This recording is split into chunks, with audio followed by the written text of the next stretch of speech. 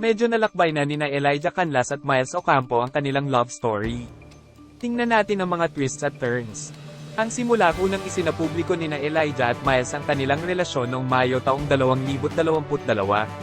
Kinumpirma ng dalawang aktor na isang taon na silang magkasama bago nila inihayag ang kanilang relasyon.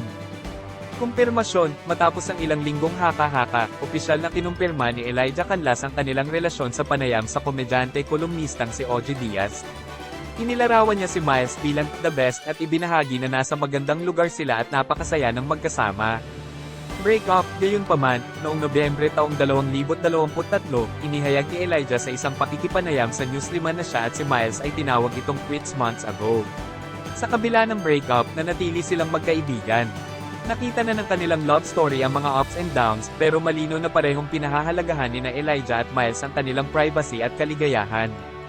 Natagpuan man nila ang kanilang paraan upang bumalik sa isa't isa o magpatuloy bilang magkaibigan, ang kanilang paglalakbay ay nananatiling nakakaintriga sa mga tagahanga at tagasunod pareho.